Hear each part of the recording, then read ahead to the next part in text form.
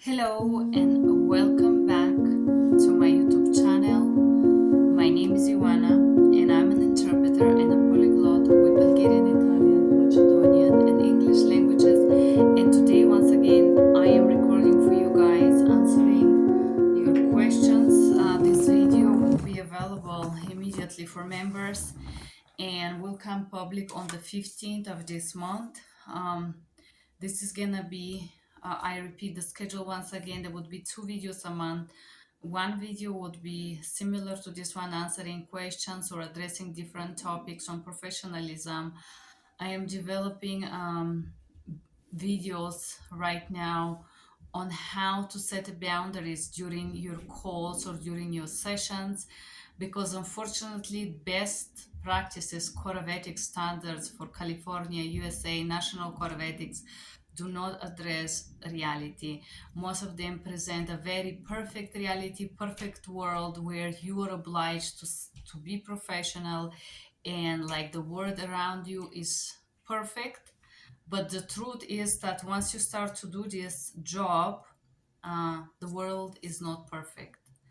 And there are many challenges for people like you and me that work, especially if you do it through a virtual platform or you do it over the phone or on your computer, or even if you do it in person, same things are happening. However, I feel like in person interpreting is a little bit less challenging because people feel you as a real human and they tend to respect that. So this video, it's a question and we're gonna talk about background noise, and I am apologizing if you hear my neighbor. It seems like I have a grate of bisons on the top of me. My apology if you can hear that. If you cannot hear, hey, welcome. I'm blessed you. I'm happy you can't. But said that guys, there is a set of videos that will come that will be related to how to hold your grounds and stay professional using code of ethics. However, there is not such a practice that are provided in these codes, and I'm gonna try to provide it here. This is starting with the self boundaries, with boundaries, with self-respect, in order to protect yourself from not being burned out by this profession, by this job, by this service that you're providing. And then the second video will be the usual video that I publish. That's usually would be 9 body system videos. I'm developing the training for 9 body system in English. You're gonna see the trainings in English, Spanish, and all of that coming soon. That for medical interpreting. Said so. I have a question from Miguel Tapadas. Hi, Miguel, and maybe is correct to say Miguel.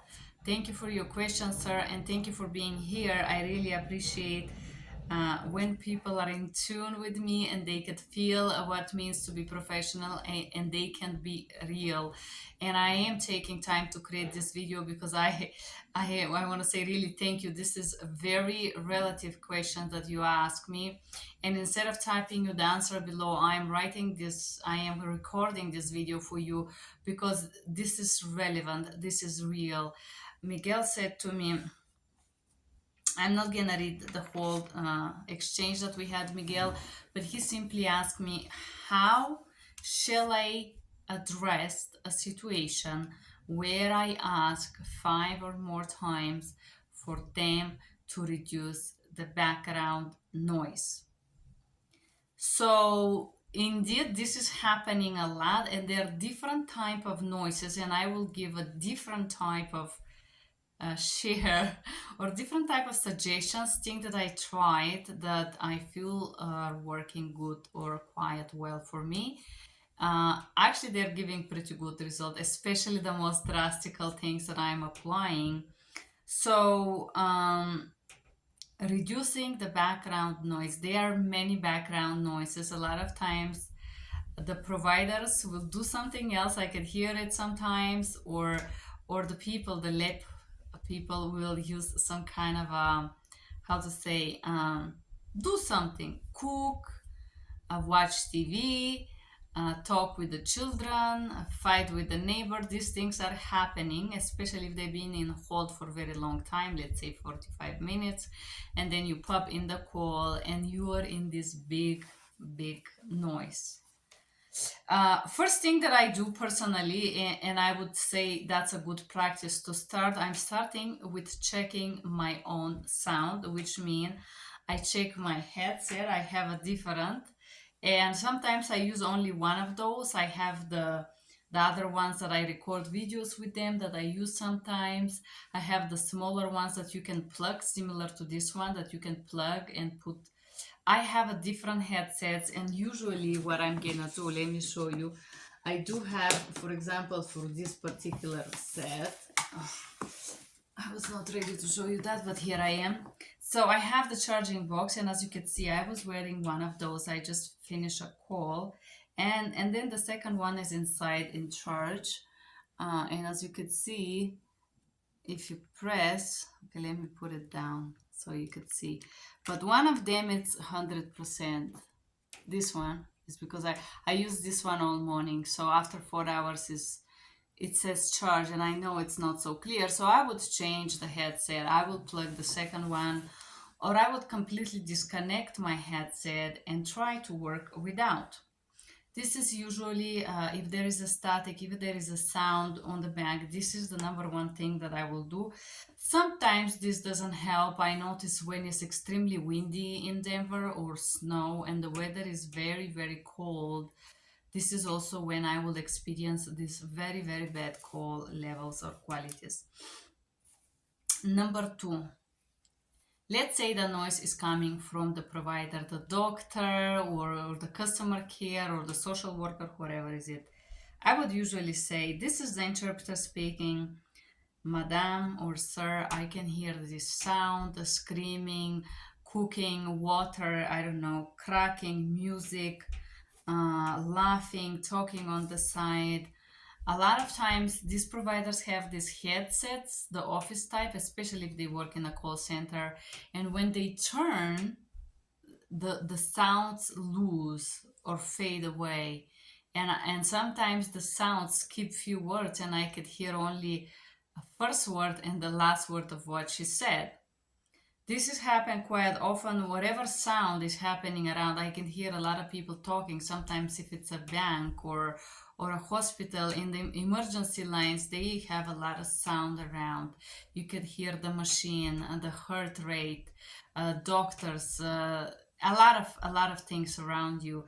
So I request them if there is any way to fix that in order to assure quality. Hello, this is the interpreter speaking. Sir or ma'am, there is a sound on the back. Is there something we can do about it? Usually I notice that if they tag the level of the mic around, instead of 100 to be 94, 95, this really helps this static. So I try to do this with them. And then if there is a lot of noise around, I ask them to take the speaker off.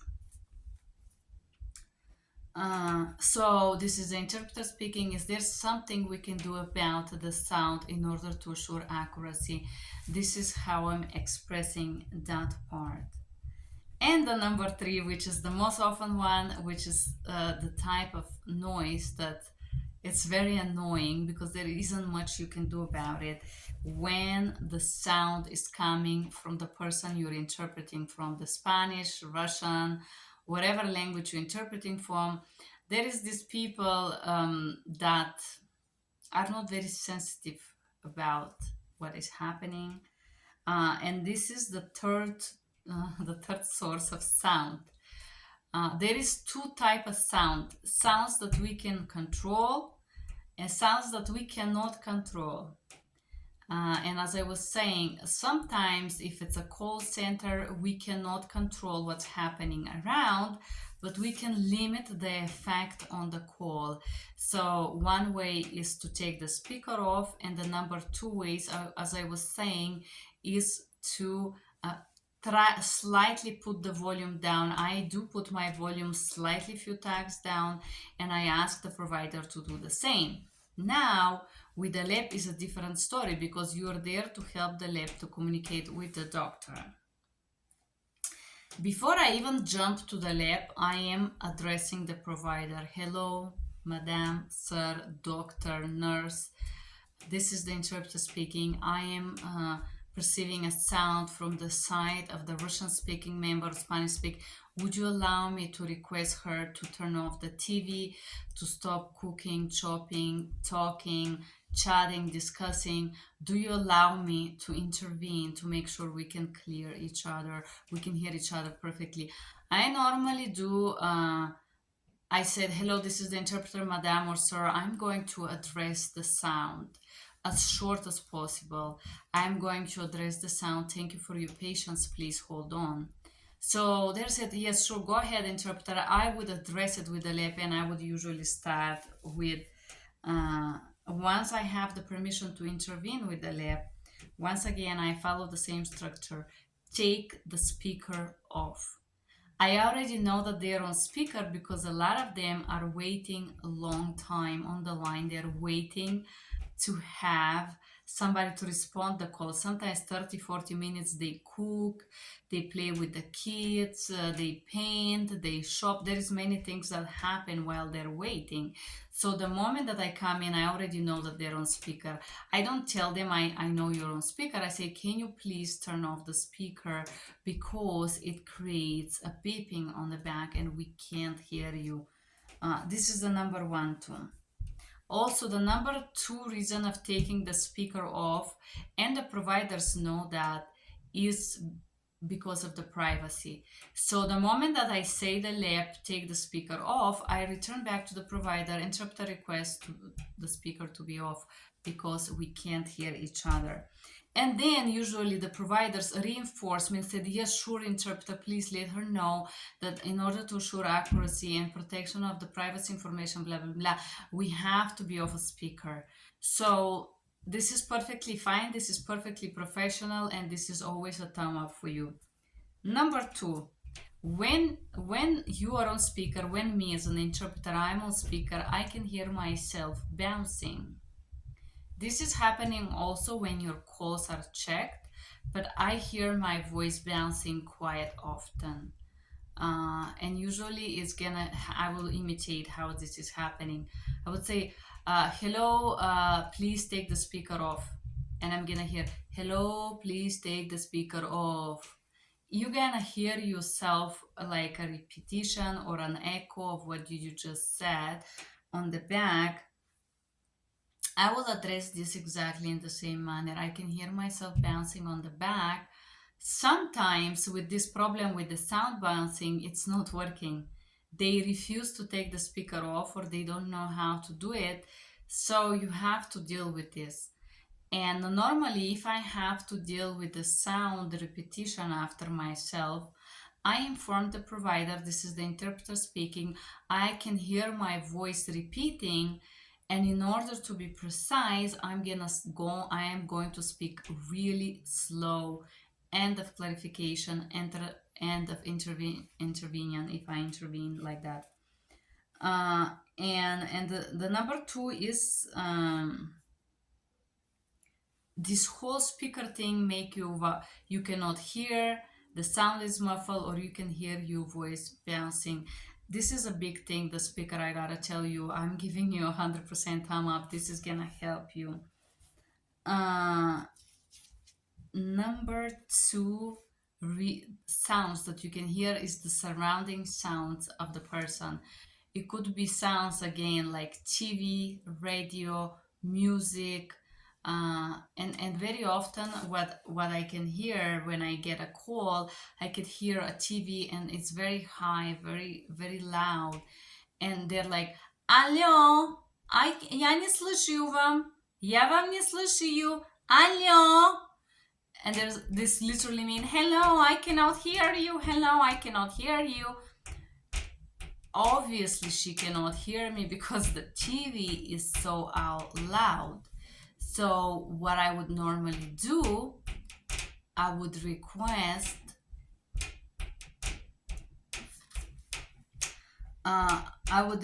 her to stop the TV. And I will be like, please stop the TV. This is the interpreter speaking. Can you please stop the TV? Can you turn off the radio? and I will say it in the both languages. This is the interpreter speaking. Can you please stop the sound? And I will say it in the target language as well. I imagine, Miguel, you are Latino. I will say per favore, in italiano, per favore ferma o spegne la televisore, turn off the TV and all that.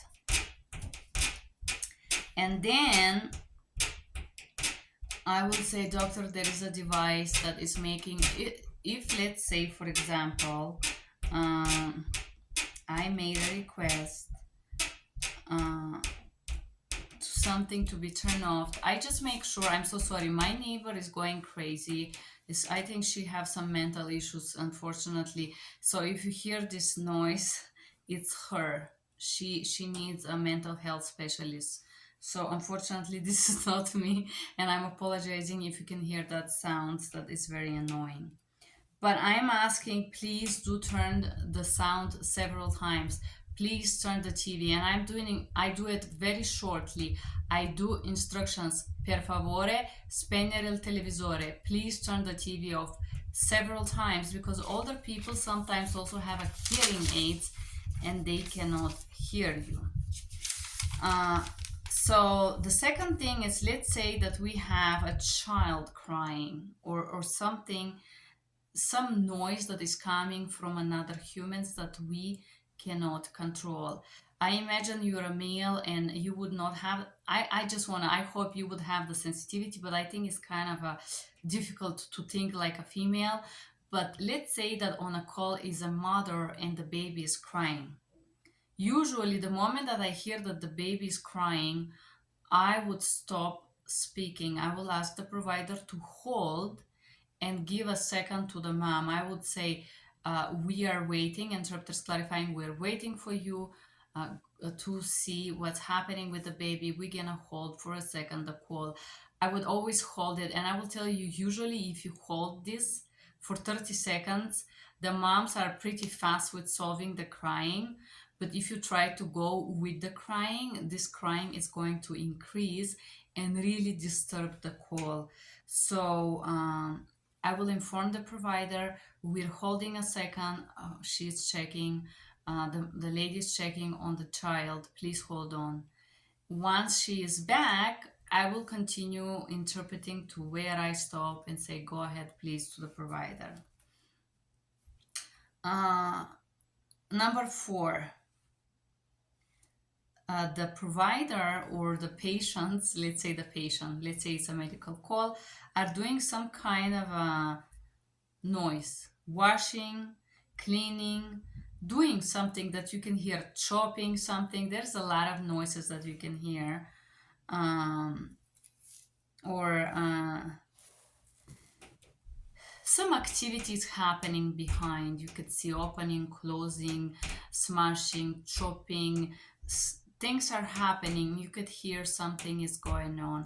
I personally, if it's a slight noise, I continue interpreting. This means if I'm guessing that she can hear me, but I do not try to out scream the sound, and I don't try to out loud the sound. I will keep the same tone of the voice. If the sound that you hear it's loud, it's too loud that you clear it more clear than anything else in the room, I would stop talking. This is working 100%. I stop talking and I'm saying, this is the interpreter speaking, there is a sound. I will wait for the sound to end and will continue interpreting. Interpreter is waiting for the sound to stop. There is a noise on the back. Interpreter is waiting for the noise to stop. And I'm gonna say that in the both languages.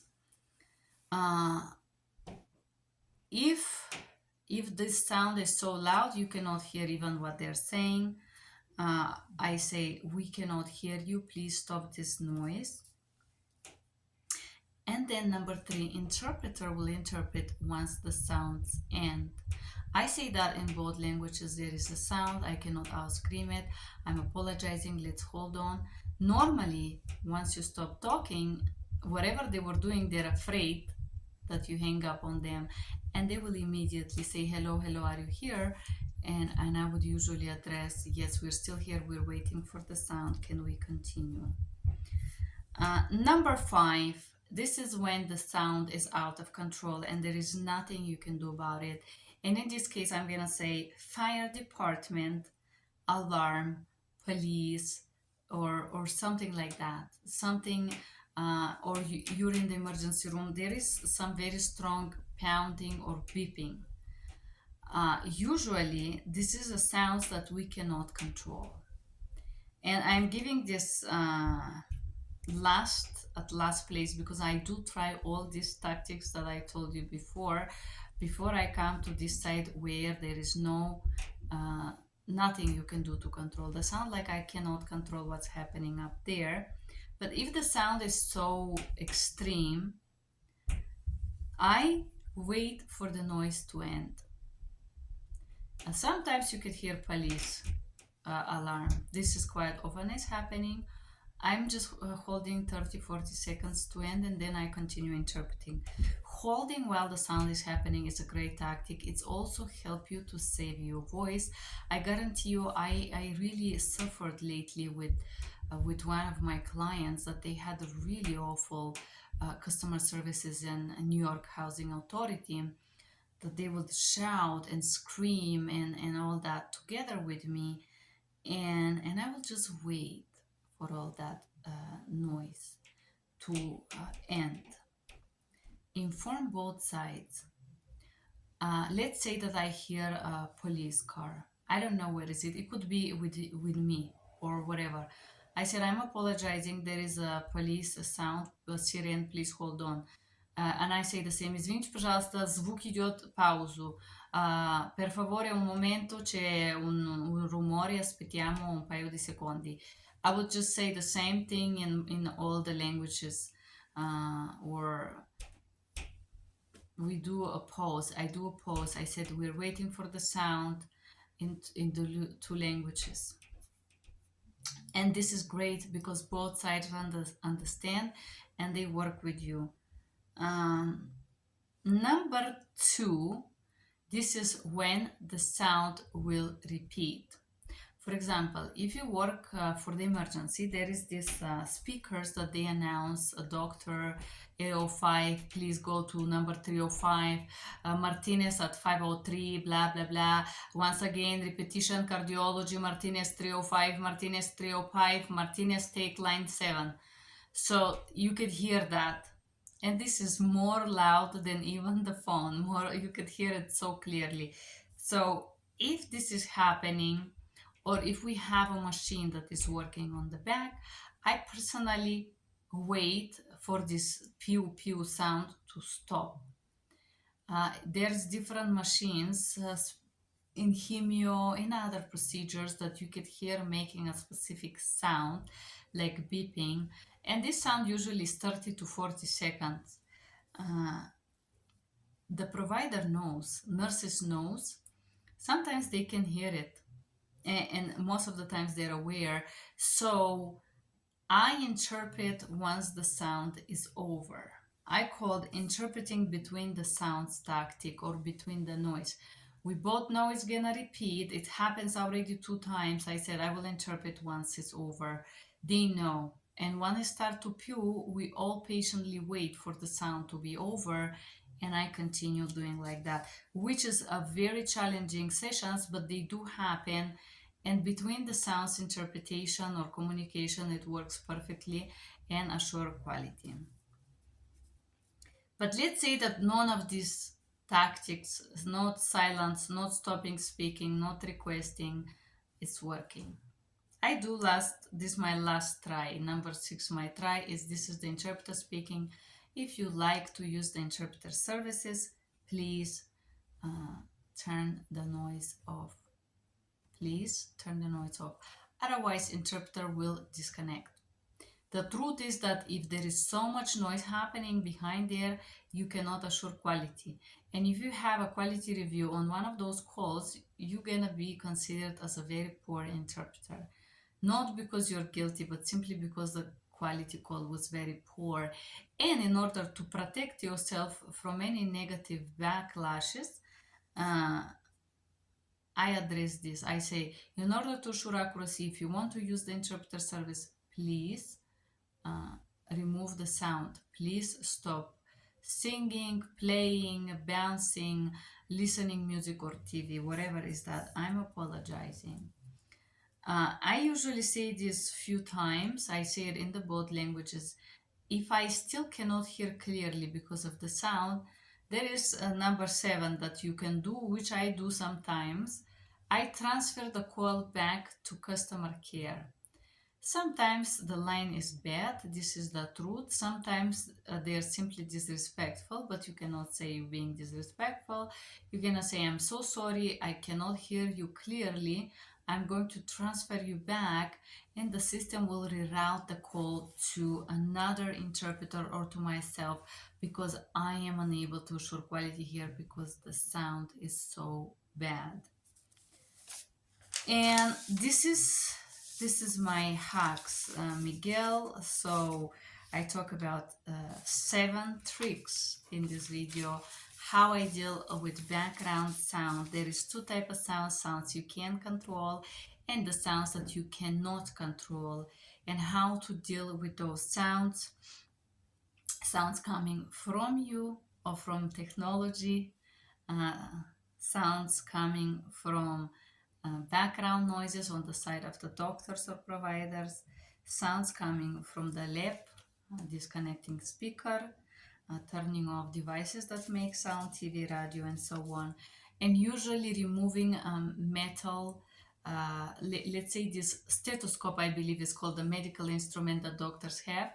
They have magnets. Stethoscopes have magnets, and if this stethoscope is close to the telephone device, it creates a wave, a radio wave, which intervene with the sound. So usually I would ask them also to remove medical devices or other devices away from the interpreter phone line. Ask permission to intervene. The same message in the both languages. Please turn the radio, please turn the sound. Waiting for baby crying or for something emergency like sirens. Pausing.